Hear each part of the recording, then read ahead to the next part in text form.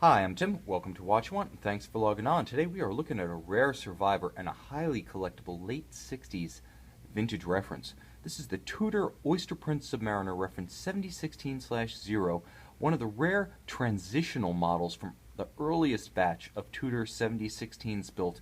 It features a dial that is instantly recognizable as the predecessor, the 7028, but ultimately it is the reference that immediately precedes the identically referenced but physically different 7016 Snowflake dial. While that watch is iconic and better known, it's also far more common than this 7016, which has the dial and the features, the face, so to speak, of its predecessor model.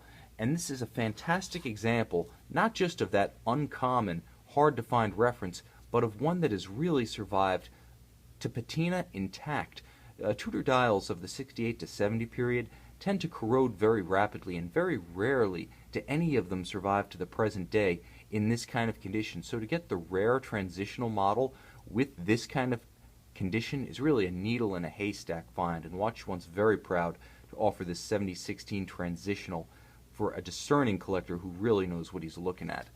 Just to get a better look, put it on my wrist, which is 6 1/3 inches, 16 centimeters in circumference. You can see that case-wise, it wears like a contemporary Rolex Submariner of 68-69. Now, in 1968, Rolex was building the 5513 no date, so that's roughly what you would be looking at as an equivalent in the Rolex line at the time.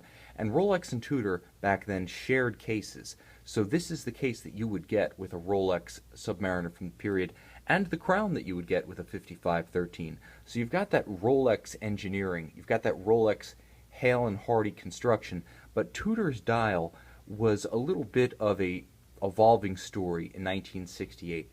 The earliest serial numbers from the 7016 production featured a dial that included those circular indices, the Mercedes hands, the lollipop seconds hand. They didn't have the snowflake hands and the rectangular indices of the later 7016s. So what you see here is the case, the crown, the construction of the 7016, but with the look of the prior 1960 to 1968 7928. And again, as few of these were built, even fewer survive, so this is a rare find. Now, it's also worth mentioning that this is one of the absolute earliest 7016s built. This one has a serial number in the 620,000 range, so this is a very, very early 7016, marking it as a true collector's piece. Other elements that make it identifiable as one of the earlier 7016s on this dial, besides the fact that it's not a snowflake, you can see the printing. At 12 o'clock, there's the Tudor Rose, rather than the later, to present day really, Tudor Shield. That's the better known emblem, but the rose was the original marquee of the Tudor dynasty and the Tudor watch line marketed by Rolex.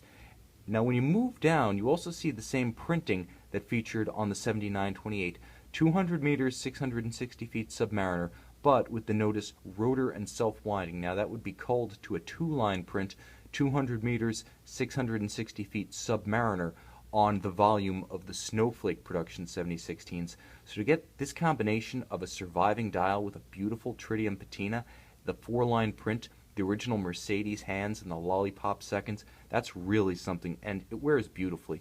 Once again, on the wrist, a vintage Submariner, Rolex or Tudor, is a different experience than the contemporary Supercase 6-digit reference Rolex subs, because while those are nominally 40 millimeters, and that's about the size of this 7016, the reality is that the more delicate lugs, the smaller crown guards and crown, the overall lighter mass, the acrylic crystal, all that combines to produce a watch that's just more wieldy.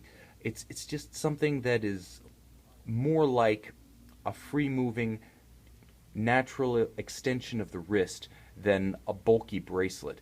And the fact that this one is on an attractive and thematically correct NATO strap adds to the impression of a barely there dive watch, a barely there vintage dive companion. And the NATO strap is apropos because during this period, a number of NATO militaries and non-NATO militaries, such as the French Marine, were using these watches for combat applications. Quite a few of these were issued to United States servicemen by their units en route to Vietnam. Others were purchased at the PX or the NEX by U.S. Navy servicemen and U.S. Army servicemen outbound for Vietnam. So it really was a watch that was tested by trial under fire.